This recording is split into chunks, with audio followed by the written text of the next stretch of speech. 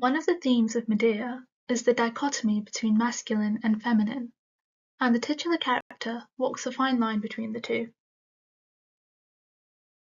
We can tell a lot about the way that Medea expresses this dichotomy from her first dialogues and her first appearance on stage. Notably, this does not happen at the same time. The audience hears Medea before they see her. She interjects in the chorus's parados, and from the very beginning of the play, the audience can hear her outbursts from inside the skene. Medea's dialogues from inside the skene show her symbolic control over the house, and the influence that she has on the action on stage, even from within the house. In Greek theatre, the interior, or the skene, and the oikos that it represents, is associated with the feminine. Medea's first line on stage is, "Women of Corinth, I have come out of the house." This immediately shows us her gender ambiguity. Her exit from the house, a traditionally feminine domain, marks her exit from femininity and switch to masculinity, and this shows in her speech. The controlled, masculine, Hellenic character of Medea's opening speech in the public domain contrasts with the lyric, emotional outbursts that we have heard from within, which tend to be coded as female and barbarian. Medea, like many other Greek heroines such as Clytemnestra and Antigone, has many masculine traits. In her opening speech, Medea expresses ideas about what a citizen's behavior should be.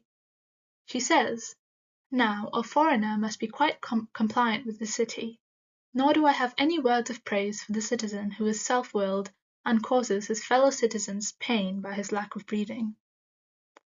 These ideas would have resonated with the Athenian audience in the 5th century BCE, and this is one of the reasons why Medea's opening speech is representative of the masculinity of her character. Another notable way in which Medea's masculinity is expressed is in the way that she is portrayed to have similar characteristics as male Greek heroes like Achilles and Ajax. There is a lot of textual similarity between the way that Medea is described in the play and the description and behavior of Achilles in the Iliad. According to the nurse's descriptions, Medea grieves inside the house by lying down and weeping and refusing to eat. This is exactly what Achilles does when he grieves the loss of Patroclus in books 18 and 19 of the Iliad. In the same passage in the play, the nurse likens Medea to a stone or a wave of the sea. Patroclus also describes Achilles in the same way in book 16 of the Iliad. Achilles isn't the only epic hero that Medea shares similarities with. She can also be compared to Ajax in Sophocles' play of the same name. The motif of a character who isn't dying or physically injured, crying out from inside the skene, occurs in two extant plays, Bacchae and Ajax. Unlike Bacchae, Ajax was written and staged before Medea, so it is possible that Medea's opening cries from within the skene made the audience recall Ajax doing the same thing, solidifying her connection to the male heroic tradition. Like typical Greek heroes, Medea is obsessed with honor and the image that other people have of her. One of the reasons why she kills her children is to avoid mockery from her enemies. When she first mentions her plans of filicide, she justifies it to the chorus by saying, "The laughter of one's enemies is unendurable, my friends." And she also says, "Let no one think me weak, contemptible, untroublesome. No, quite the opposite, hurtful to foes, to friends kindly.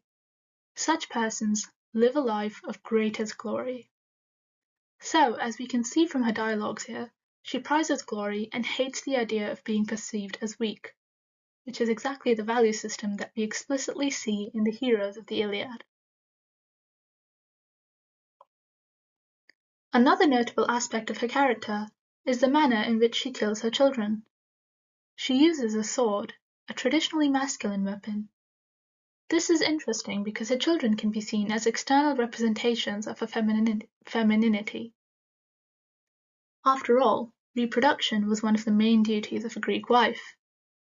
This links to Medea's main reason for killing her sons, revenge on Jason. Since Jason has broken the male side of the marital bargain by abandoning her, she retaliates by breaking the female side through killing their children. Medea's filicide isn't her only murderous act in the play. She also murders Jason's bride-to-be, Ancreon. However, these two are killed by poison. Medea poisons articles of clothing which she gifts to the princess and that the princess wears and which burn her alive.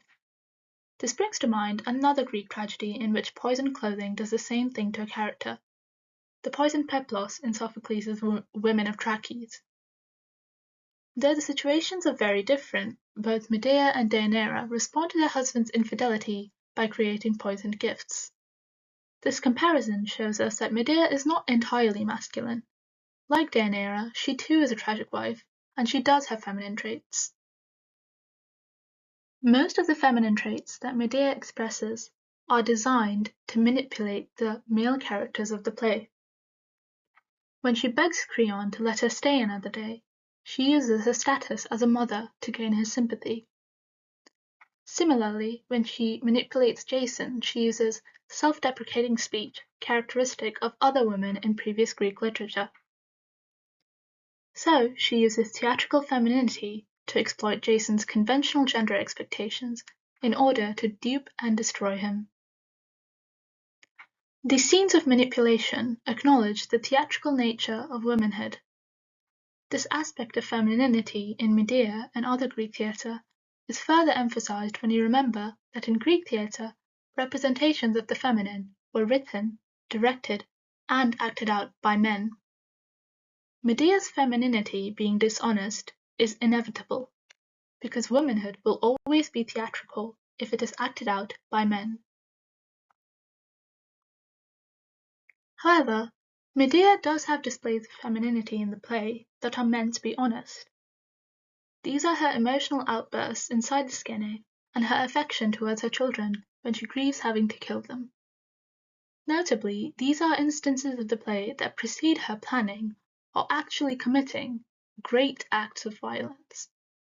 This shows a deep connection between Medea's true femininity and her incredible destructiveness. Medea's destructive acts in the play are entirely in response to a situation that is out of her control. The play begins with Jason forsaking her in her marriage, and then Creon exiling her. She is shunned and oppressed, and for her, the only plausible response to this is revenge. Unfortunately, due to her gender, she is caught in a double bind.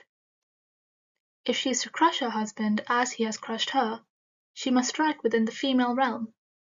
But by doing so, she also destroys her essential femininity, herself as a mother, in the service of masculine revenge, and earns the horrified condemnation of her community. Medea does not actually destroy her femininity, but rather she corrupts it. By the end of the play, Medea has transformed into a dea ex machina, reminding audience members of other wrathful goddesses seen on stage before, the Furies, who have a deep connection to the feminine dark interior. It is also an interesting interpretation to think about Medea's final scene on stage being in an elevated chariot that would put her on the same level as the audience members seated at the very back of the theatre. If the audience included women and they were seated at the back, that is, higher up than the men, then Medea's final appearance offers a reflection and radical reinterpretation of their position.